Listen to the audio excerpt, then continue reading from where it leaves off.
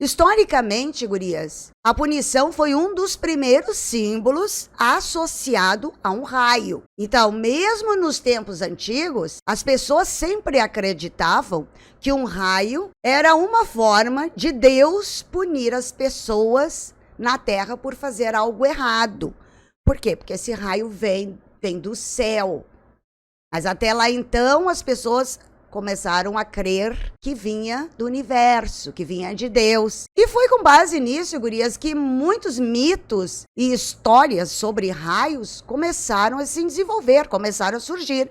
E eu poderia até agora falar para vocês sobre vários deles, mas eu prefiro focar numa história que tem muito a ver com essa carta.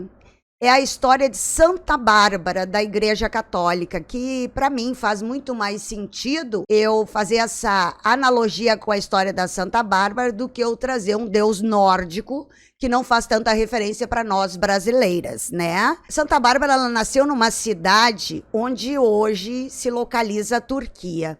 E ela era filha de um nobre muito rico na ocasião. Quer dizer, ela vinha de uma família bem em condições financeiras. O pai dela resolveu construir uma torre e manteve Santa Bárbara dentro desta torre por um bom tempo da vida dela, porque ele queria que ela se afastasse das pessoas do reino, que era muito corrupta naquela época. Então ele não queria esse tipo de companhia para a filha. Mas o que aconteceu? Aconteceu que Santa Bárbara chegou ali na idade de casar e o pai achou então que ela poderia sair de dentro da torre. E com isso, Santa Bárbara então começou a dar uns rolés na cidade.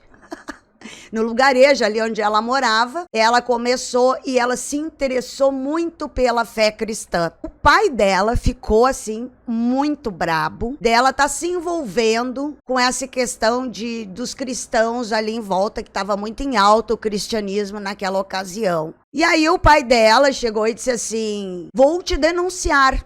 Aí tinha, vamos dizer, um prefeito na cidade, que era a lei. Ele denunciou a filha para a lei para quê?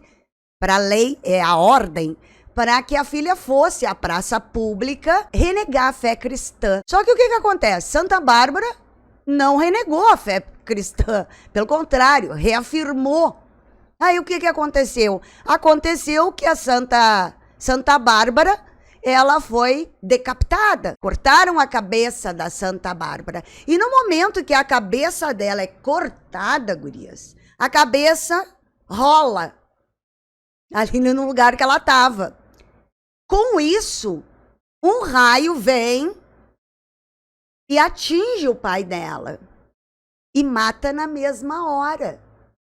Com isso, com esse evento, Santa Bárbara fica conhecida então como protetora de raios, trovões e tempestade. E eu até me lembro, gurias, para fazer até, reforçando essa história aqui da Santa Bárbara com relação à proteção dela contra raios e trovões, eu me lembro, gurias, que quando eu era criança, quando eu ia na casa da minha avó, eu passava lá uns 2, 3 dias na casa da minha avó, que era tudo de bom, né?